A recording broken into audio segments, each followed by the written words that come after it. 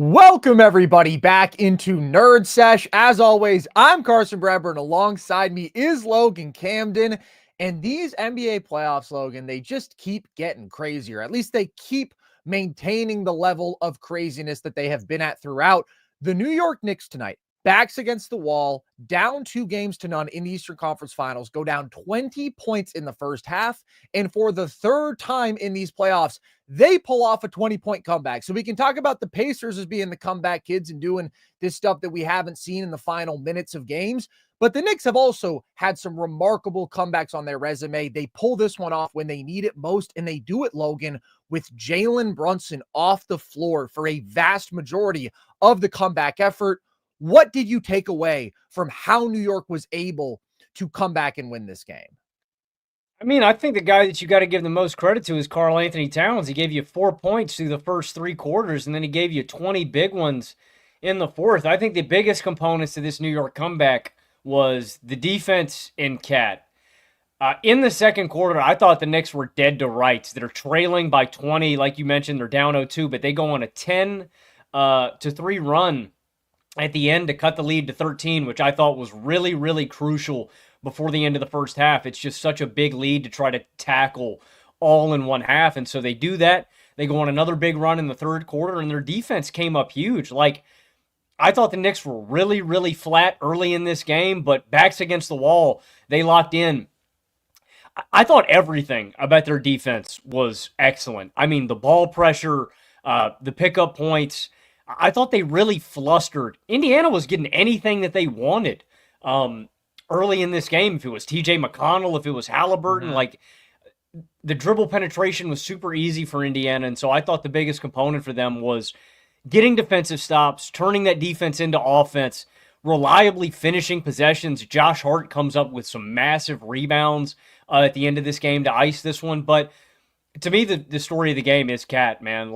Cat is the difference maker in this game. I was texting my dad throughout the first 3 quarters. We were both shitting on him big time, and he came through. And especially when Jalen Brunson was so bad in this game. And you can look and you can go, he scores 20 points. We can just look at the box score, but it's the defense looked really, really good with him off the court. And then offensively, he was just off. And so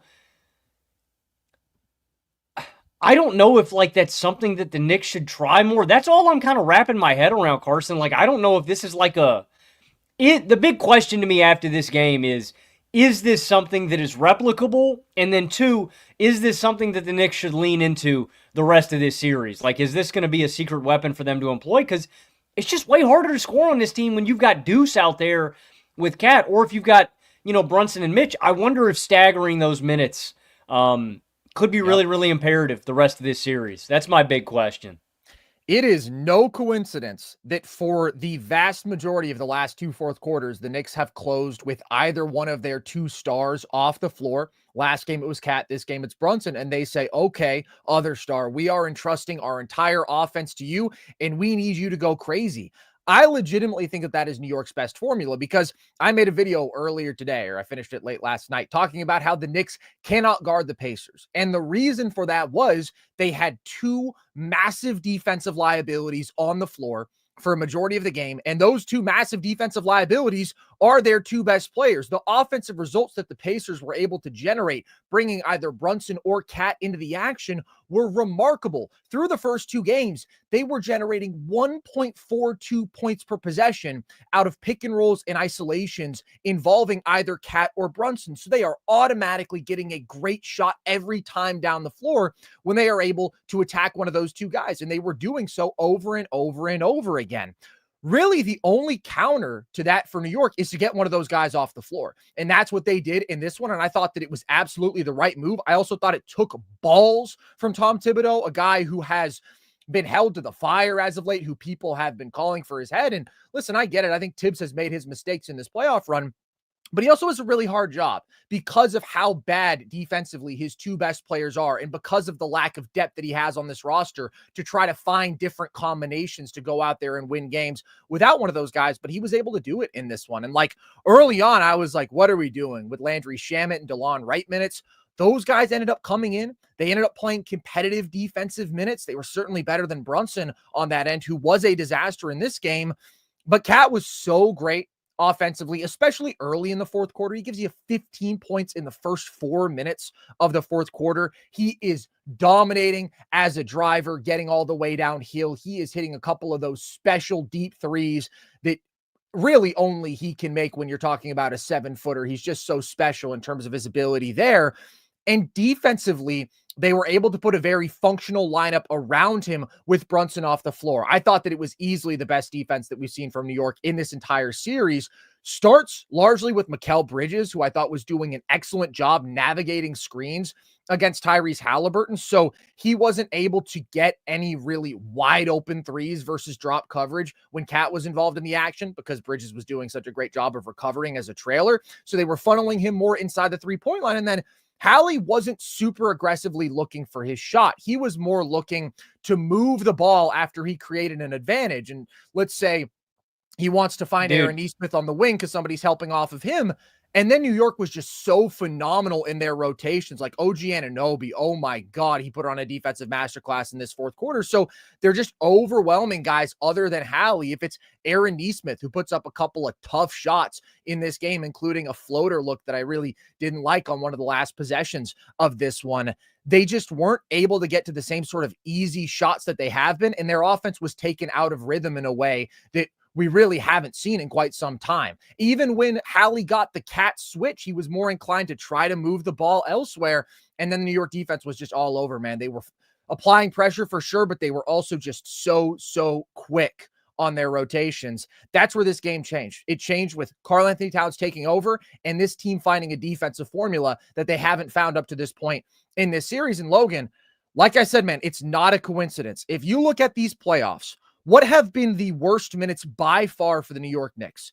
They're the minutes when their two best players are on the floor. They talk so much about, the starting lineup has been bad for the Knicks, right? That's the story we've been hearing over and over again. Oh, they have a -9 net rating. Okay, well, there's truth to that. But their solution to that is to try to bring Mitchell Robinson into the starting lineup, which I thought was just a total misstep. He has really struggled defensively in this series. Well, not so much him, just him and Cat out there together. There's not enough speed. They're getting blown by. They can't rotate with the necessary quickness to keep up with Indiana. So they end up really not going with that look as much as this game goes on.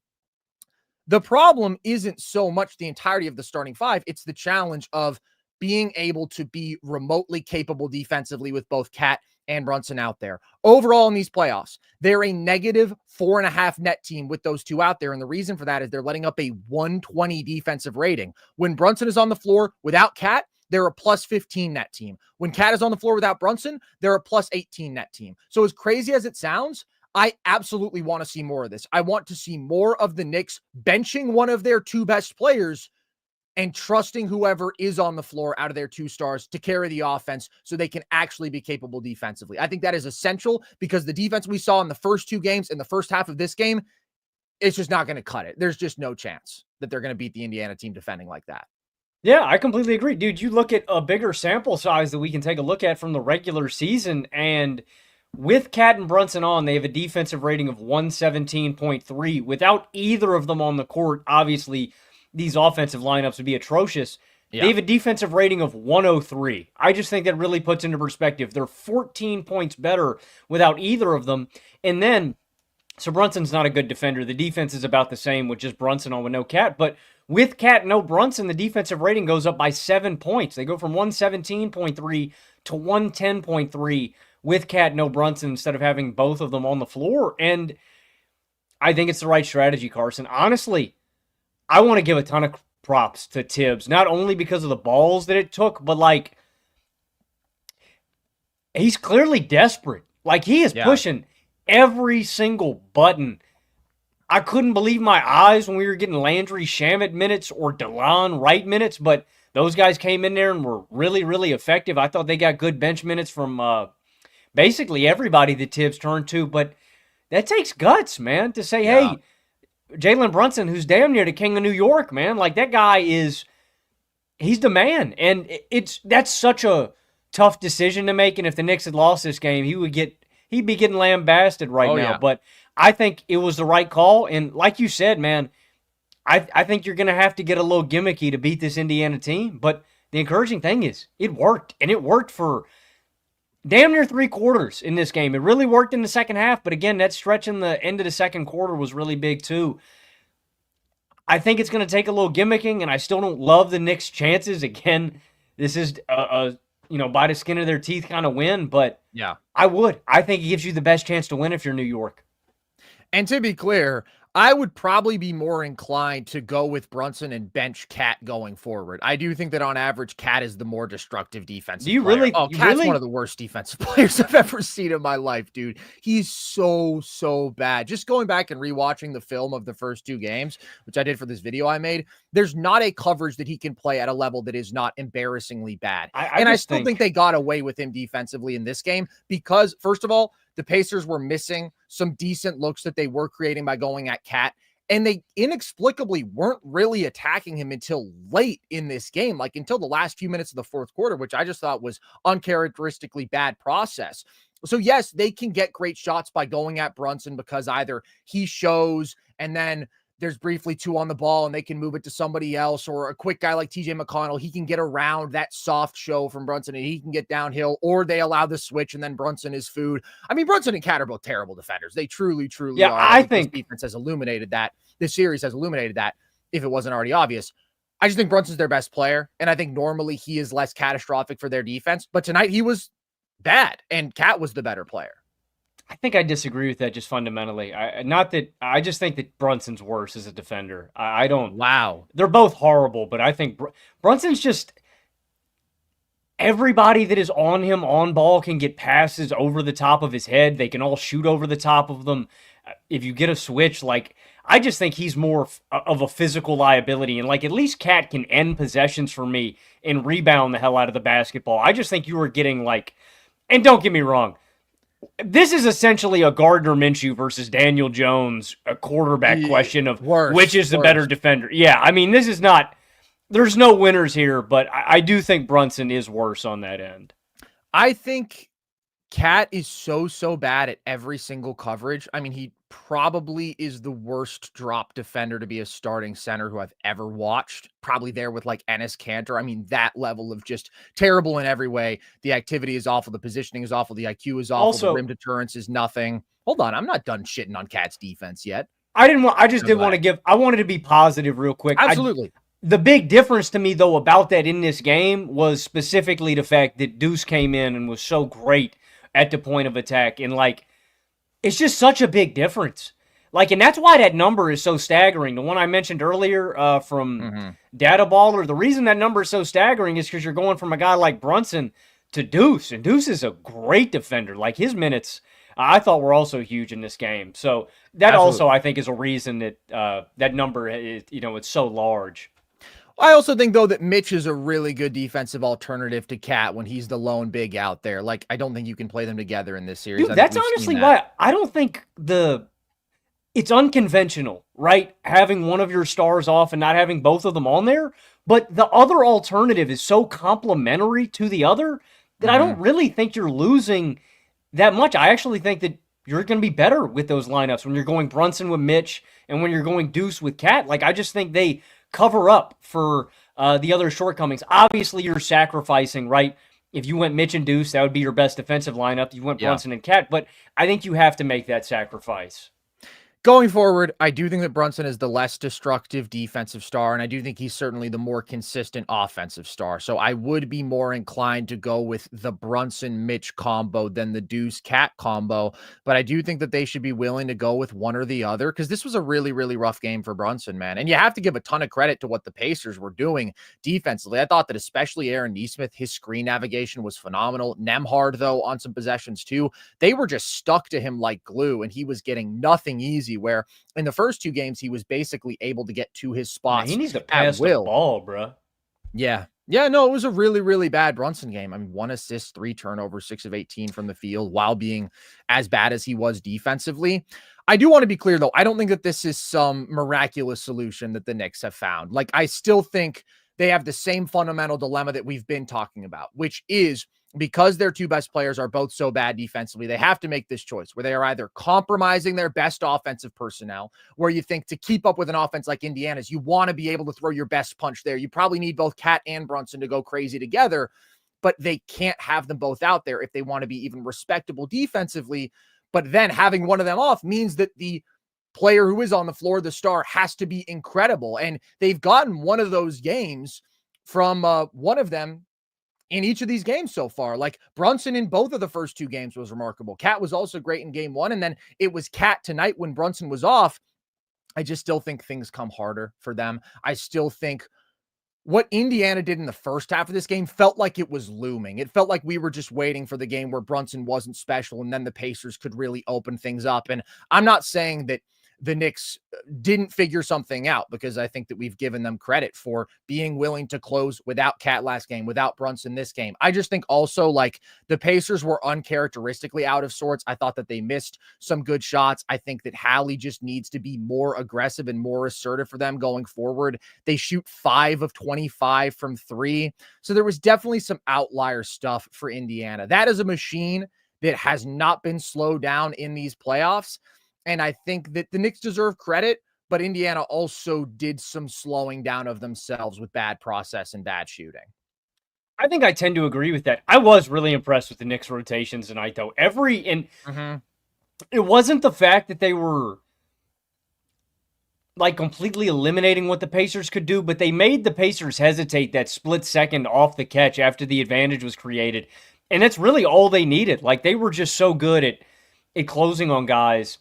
And I honestly, Carson, I thought the Pacers as a whole, you're talking about Hallie being more aggressive. I thought in the second half, everybody was just a little bit, for lack of a better term, scared. Like, I just felt like we saw guys second guess themselves a little bit. Pump fake when there's an open shot. Maybe jab step when there's an open shot to take and not be as. And then what that ended up leading to was the Pacers got sped up towards the end of the shot clock, and they're settling for these, these shots towards the end of the shot clock where you're flustered. And then I thought they got into some, I won't say bad tendencies at the end of the fourth quarter, but just Siakam going isolation. He got a few tough buckets, but like their offense. That was kind of the only thing they had going offensively for a time. It was. And honestly, he was productive with his touches, but the offense stagnated a little bit. But I thought Nesmith had the worst possessions, especially coming back in off the ankle. I didn't know why he was 8 playing. seconds on the shot clock, going right at OG Anunoby, dribbling the air. That actually was funny. That was like the worst possession of the game. And then the floater, I get it. He's attacking closeout. The shot is there. That's not Aaron Nesmith's shot. It's not really the shot I want with the game on the line. I mean, he was great defensively in his minutes early, but this is also a really, really quiet Nembhard game, even though I thought he got to some really good looks. Like, a big part of it, in my opinion, is just the Pacers having a really bad three-point shooting game and jump shooting game. And that was basically on everybody. Turner, Nembhard, Hallie, they all struggled more than. And I thought the Knicks getting going on offense hurts the Pacers too, because the Pacers are so good at turning long rebounds and turnovers into points. And I thought in the first half they did a really, really good job of that, especially off of the Knicks stars, because that's the other negative part if Brunson and Cat are off. It's not only that you're wasting offensive possessions and you're not making shots and you're not scoring. It's also the fact that you're getting these long rebounds and the Pacers are just getting out on the break. Like, I can remember a few distinct possessions in the first half that Cat just badly clangs threes, and Siakam gets out on the break for a layup, or Toppin gets out on the break for an easy layup. And, Indiana's going to make you pay, and as long as you don't just gift them opportunities like that, it just stacks, right? Because the Knicks don't have a really good transition defense with most of their lineups either way, so it's really a double-edged sword where if you aren't doing well offensively, it's not only going to kill you offensively, you're going to allow points on the other end as well. So, you don't think, I don't want to put words in your mouth, but like, you don't think the Knicks can reach this defensive level again in this series? I was just super impressed, and I think they can make life harder than we saw in the first few games from Indiana. That's not really what I'm saying. What I'm saying is I don't think that simultaneously it's reasonable to expect them to be as good defensively as they were, the Pacers to be as bad offensively as they were, and then one of the Knicks stars, especially Cat, to go nuclear like he did. That's what I'm saying. I just continue to think the formula for Indiana is a lot more straightforward. It allows them to have all their best players on the floor. They also had some more weird shenanigans. I don't know why Bro, Tony Tony Bradley's Bradley. playing so much. He had a couple of active moments, but like there's a sequence where there's 6 minutes left in the fourth and Tony Bradley is on the floor and Hallie's running pick and roll versus drop. And Tony Bradley is not a scoring threat off the roll. So Hallie has to take a floater that is kind of contested by Cat. It's not as easy as if he could just, throw a low lob over top to an actual finishing threat at the rim. And then Tony Bradley is just getting dusted by Cat on the other end. Hey, And you're bro. like, why is he in the game? Bro, he did hit a seal and a post hook early in this game, though. He did. And that's when everything was going for the Pacers. And I think you're absolutely right about how the Knicks offense getting it going affected the Pacers offense negatively too, because that's really where the Pacers opened things up in that second quarter. It was the defense into offense. It was Hallie forcing multiple steals, and then he throws a lob to Obi and he gets a transition dunk for himself. That stuff really stopped down the stretch. And that's where you have to give Cat so much credit for settling this game down and doing exactly what you need him to do. Cat has to be special offensively to justify his defensive issues for you to have him on the floor at a big spot like this. And he was flat out special offensively in the fourth quarter after being really quite bad through the first 3 quarters. I do think that Indiana has shown an ability to get what they want offensively throughout this matchup. And I actually was really, really encouraged by how they defended Brunson in this game. So I do think that that's significant. But this is a huge win for New York because you literally had to get this one, obviously. You can't go down 3-0. And to have the resilience, to have the wherewithal, to find a group that you like to come back from down 20 is a hell of an accomplishment. But not to be negative, I think I'm just a Knicks pessimist, man. I think I just see some major, major problems with this Cat Brunson duo that deeply concern me. And as much as I'm like, yeah, it's great that you were able to win with Brunson off the floor, I'm also like, doesn't it really concern you when you feel like your best chance is, oh, we have to take one of the two guys who we've invested so much in off the floor? I just don't like that going forward. Like, it worked for them tonight, but overall, I'm more concerned by how disastrous the defense has been with their 2 best players on the floor. Yeah. I mean, I get that. And I don't like the fact that you're choosing to put one of your best players on the bench 100%. Like, that's never a good. And yet I think it's the right decision. I absolutely think it's the right decision. That's just not a good indication of what is coming in the years to come. If you're like, yeah, we traded our star for Cat, and obviously Brunson is fantastic, but like the idea that that is your duo of the future, and yet you don't actually want them closing games together in the biggest spots of the year, that's not so good. Well, and the fact that, I mean, roster construction wise, they're pretty handicapped in terms of maneuverability without, making a drastic, roster change like that. And I think Cat's probably a pretty hard asset to move off of because of the, how large his salary is. But I think they are locked into this course. I mean, I agree with you, I think, fundamentally. And I am still going to take the Pacers to win this series. Somebody's got to step up, and I was disappointed with Haliburton because while he is making the right decision and throwing some of these skip passes and stuff, I think he, as the best player, has to kind of feel that they're rotating really hard. I just got to take this mid-range shot. I got to take this floater. It's not always going to be I got to look the score off a switch. Exactly. I got to get to my step back 3. Yeah. Because he was the guy that I felt like was open late in this game, and he's kicked. And don't get me wrong, he is making the right decision. Haliburton always makes the right decision, but the Knicks defense was rotating so fast that they weren't able to punish the Knicks defense after they created that initial advantage. And that is where I think Haliburton has to be better. And, I was critical, but I've actually been thinking about it, man. I might just turn to Siakam late if the offense stalls out like that again, man, and let him go to work in isolation or something, just because he is the one guy probably that I trust more than anybody else on this team to go out and get his own shot. I mean, Van Gundy was actually, real quick, dude, it just makes me laugh. I don't know if anybody else thinks this is funny during the game. The fact that every late game situation, Van Gundy has to emphasize how hard it is to inbound a basketball kills me. It's like clockwork. Every late game, and we're coming out of a timeout. You know what the hardest thing to do late in a basketball game is? Pass it in. It's like, tell me about it, Van Gundy. But he talked about it all game in the fourth, about Siakam turning over that shoulder. It really is a bread and butter look for him. And the majority of defensive coverages and players that he's facing, I think that Siakam can get that look off with ease. So if they are struggling like this late in the game, I want him to be more aggressive. I want Hadley to be more aggressive. And I think the Pacers were kind of stunned, Carson. I think Yeah. they eased up. I think they were like, oh shit, we're going to run away with this game. Easy money, 3-0. We're going to get this Mhm. thing done at home next game.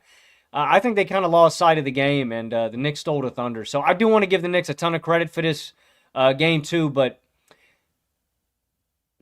all this shit that went right, and I know a lot of stuff doesn't go right for the Knicks, but the fact that they barely win this one as well, man, I just Yeah.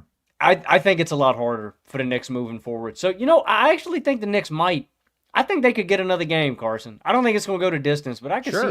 I could see it getting to 6 or something like that. But you're right, man. I just think that more is going to come into play. Before we move on from the Knicks, do you think Tibbs should keep doing what he did with the rotations in this game? Like, do you think he I was going to should? ask you that. What do you I would think? not go with this starting five. Ironically, even though everyone was like, hallelujah, everybody wanted to change the starting five. I get Mitchell Robinson out of there. I don't think the double big looks have been effective. I could definitely be talked into going with Deuce over Josh Hart for that fifth starting spot, though. At the same time, I mean, Josh Hart made some huge plays down the stretch of this game, but I wouldn't go double big. I would either go back to Deuce or Hart in the starting lineup. And then I'd be very willing to ride with whatever group I think is doing best. But I'm prioritizing defensive personnel because that's where the Knicks have to hang in these games. And that's where they have to potentially win this series by actually being able to get stops, which they couldn't do for 2.5 games. And then they could do for half a game. And that kept them alive in this series. What about DeLon Wright and Landry Shamet, man? You giving them some Oh, in burn? terms of going that deep, I mean, like, I think there is some merit because I did see some people talking about how they thought that it kept guys fresh. It gave, some guys a little rest. I did like the juice they brought. It was weird. It was certainly funky. I wasn't expecting yeah, 2025 DeLon Wright and Landry Shamet playoff minutes, but neither was I. bro, Tony Bradley, Landry Shamet, and DeLon Wright have all been getting burned in the 2025 Eastern Conference Finals, man. Legitimate fourth quarter burn tonight for all three of them. I will say, I definitely prefer DeLon Wright to Campaign because Campaign has been getting I hunted think defensively. yes, dude, while DeLon's a also being bad legitimately good offensively. defender. DeLon's always been a legit defender. A couple years ago, I actually really liked DeLon Wright. He's just gotten a little old, but I'd probably be more inclined to go with him than Shamet. But Shamet was defending competitively tonight too. So, I put out a sarcastic tweet early in the game being like, oh, believe it or not, the first shift of that did not go well. And I kind of thought that would be it, but good for Tibbs for sticking with those guys. I don't know how much you can bank on it going forward. They did give you solid minutes tonight, and I think it's probably just going to be a feel it out basis. If they're playing well, okay, you can play them 10 minutes, but I'm not forcing the DeLon Wright and the Landry Shamet minutes going forward. I think that you chose a good word to describe what happened to the Pacers, man. I think that they were stunned. I think that you saw that with the offensive process. I think you saw that with some abnormal amounts of hesitation from them. I think you saw that with them really not making quick enough decisions. That's going to be essential for them going forward because the advantages are there. They just have to capitalize on them quickly. And maybe the biggest thing, man, Hallie's really got to get this three ball going. Like Tyrese Haliburton shooting 40% from three in these playoffs would literally be an offensive god because the decision-making has been that great. He's been doing so many things at such a high level. The pushing in transition, his ability to beat bigs off the bounce has been really impressive, although not as much in this series, but through the first two series, he was sensational there. But he's 32% from deep in the playoffs. Like that's been a kind of consistent thing for him where he hasn't really had that shot going. He does have to get that going to beat drop. He has to get that consistently going to beat switches. That's very important in a lot of ways. But in terms of their clutch offensive process, you were talking about just like maybe going to Siakam. I think that they should just continue to go at the defensive weak points. I thought that they just should have gone at Cat even more than they did throughout the second half of this game. I think that if Brunson and Cat are both out there, you go at either one of them as much as possible. They've manufactured incredible results doing that. That does make me confident in their ability to win this series. Because realistically, I mean, Tibbs has shown that he has balls. Closing without Cat last game, closing without Brunson tonight. Is he going to continue to do that, though, game after game? I don't know. Maybe he will. But if he doesn't, I think the Knicks defense is going to continue to be in a really, really difficult spot.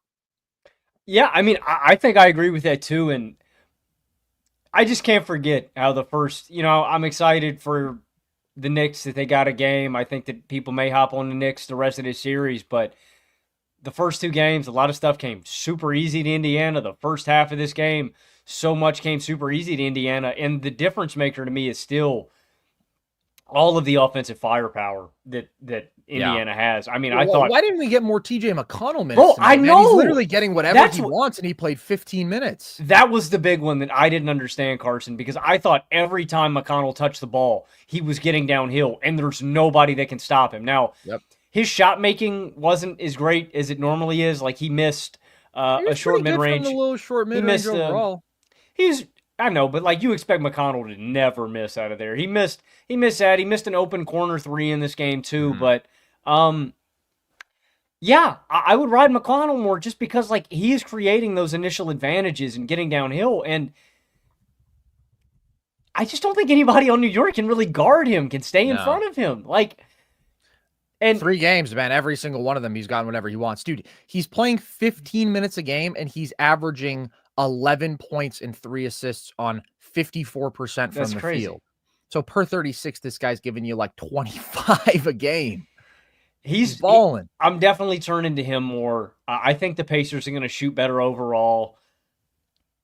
So I inherently, I think offense is just going to come easier in Indiana. And ironically, Indiana's probably the team I trust to get stops more too. Like I trust Indiana more.